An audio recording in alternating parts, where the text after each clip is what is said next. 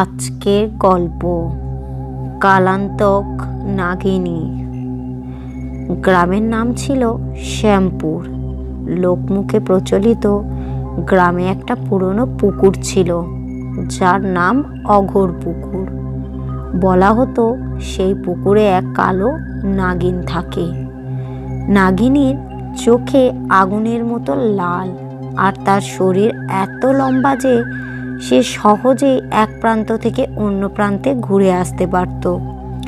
শ্যামপুরের মানুষেরা পুকুরে যাওয়া বন্ধ করে দিয়েছিল বহু বছর আগে, কারণ যে কেউ রাতে পুকুরে গেলেই নিখোঁজ হয়ে যেত। কেউ বলতো নাগিন তাদের টেনে নিয়ে গিয়ে পুকুরের গভীরে ডুবিয়ে মারে। একদিন গ্রামের যুবক রাজু বন্ধু বান্ধবদের সাথে বাজি ধরল। সে বলল, আমি অঘোর পুকুরে যাব এবং নাগিনকে ধরে আনব, তোমরা শুধু দেখো।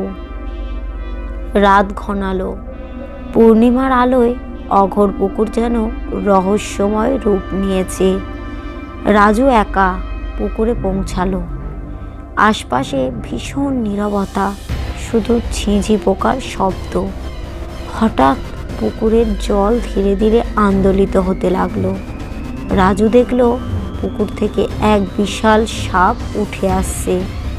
তার চোখ ঠিক আগুনের মতন জ্বলজ্বল করছে। সাপটি ফুঁসতে ফুঁসতে বলল, তুই এখানে কি চাস মানুষ? রাজু ভয়ে কাঁপতে কাঁপতে বলল, আমি তোমার গল্প শুনতে এসেছি। তুমি কেন এত মানুষকে মেরে ফেলো? নাগিন হেসে বলল, আমি মারি না, যারা পুকুরের অভিশাপ ভাঙার চেষ্টা করে তারা নিজেরাই হারিয়ে যায়। এই পুকুর অভিশপ্ত, কেউ এখানে শান্তি চায়নি। রাজু সাহস করে জিজ্ঞাসা করলো, তাহলে কি করলে এই অভিশাপ ভাঙবে? এই অভিশাপ ভাঙার কি কোনো উপায় নেই? নাগিন বলল, পুকুরের কেন্দ্রে লুকোনো এক বিষ্ণু মূর্তি আছে, তাকে উদ্ধার করলে পুকুর পবিত্র হবে। তবে মনে রাখিস, মূর্তি স্পর্শ করার আগে মন থেকে ভয় দূর করতে হবে। রাজু পরদিন বন্ধুদের নিয়ে পুকুরে নামলো। নানা বিপদ পেরিয়ে তারা মূর্তি উদ্ধার করলো। সেই মুহূর্তে নাগিন ধীরে ধীরে অদৃশ্য হয়ে গেল, আর পুকুরেও স্বাভাবিক হয়ে উঠল।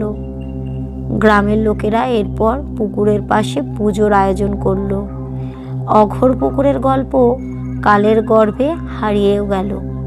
কালান্তক নাগিন রয়ে গেল লোককথায়।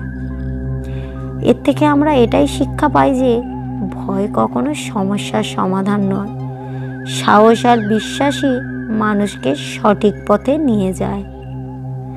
গল্পটি কেমন লাগলো কমেন্ট করবেন এবং একটা লাইক করবেন।